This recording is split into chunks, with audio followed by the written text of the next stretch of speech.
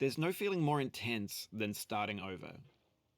If you deleted your homework the day before it was due, as I have, or if you left your wallet at home and you have to go back after spending an hour in the commute. If you won some money at the casino and then put all your winnings on red but it came up black. If you got your best shirt dry cleaned before a wedding and then immediately dropped food on it. If you won an argument with a friend and then later discovered that they just returned to their original view. Starting over is harder than starting up. If you're not ready for that, like if you've already had a bad day, then what you're about to go through might be too much. Feel free to go away and come back. I'll be here. Alright, thanks for coming with me on this trip.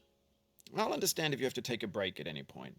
Just find a safe place to stop and quit the game.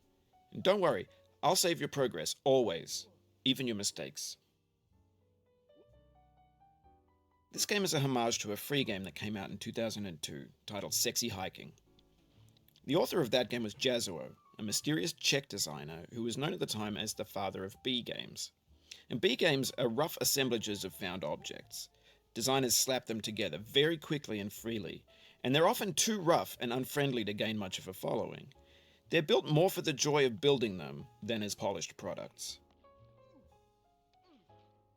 In a certain way, Sexy Hiking is the perfect embodiment of a B game. It's built almost entirely out of found and recycled parts, and it's one of the most unusual and unfriendly games of its time. In it, your task is simply to drag yourself up a mountain with a hammer.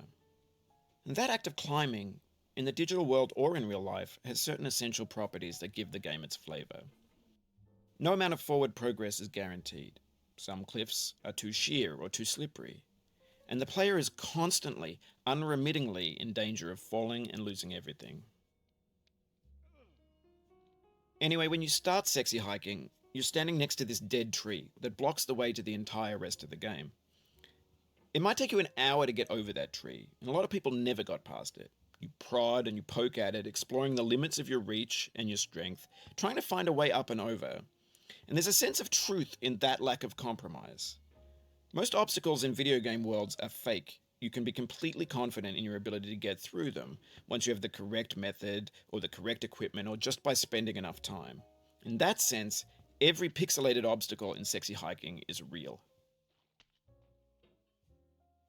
The obstacles in Sexy Hiking are unyielding, and that makes the game uniquely frustrating.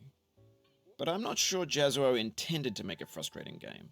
The frustration is just essential to the act of climbing, and it's authentic to the process of building a game about climbing. A funny thing happened to me as I was building this mountain. I'd have an idea for a new obstacle, and I'd build it, test it, and it would usually turn out to be unreasonably hard. But I couldn't bring myself to make it easier.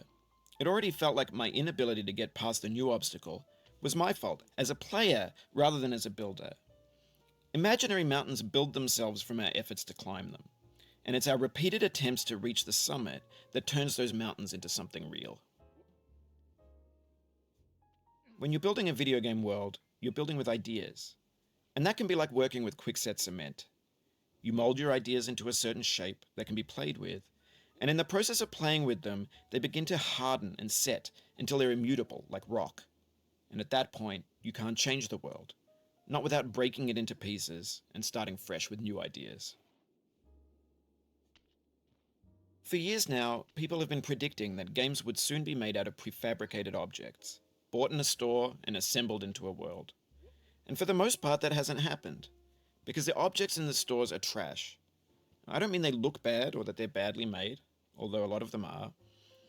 I mean they're trash in the way that food becomes trash as soon as you put it in the sink.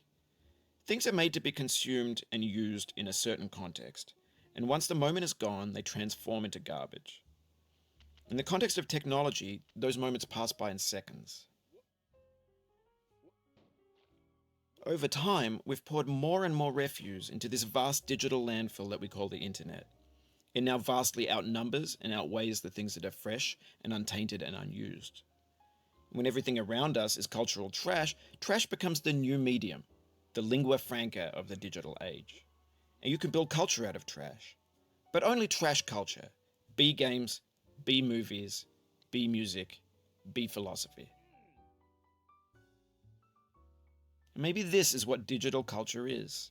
A monstrous mountain of trash, the ash heap of creativity's fountain. A landfill with everything we ever thought of in it. Grand, infinite, and unsorted.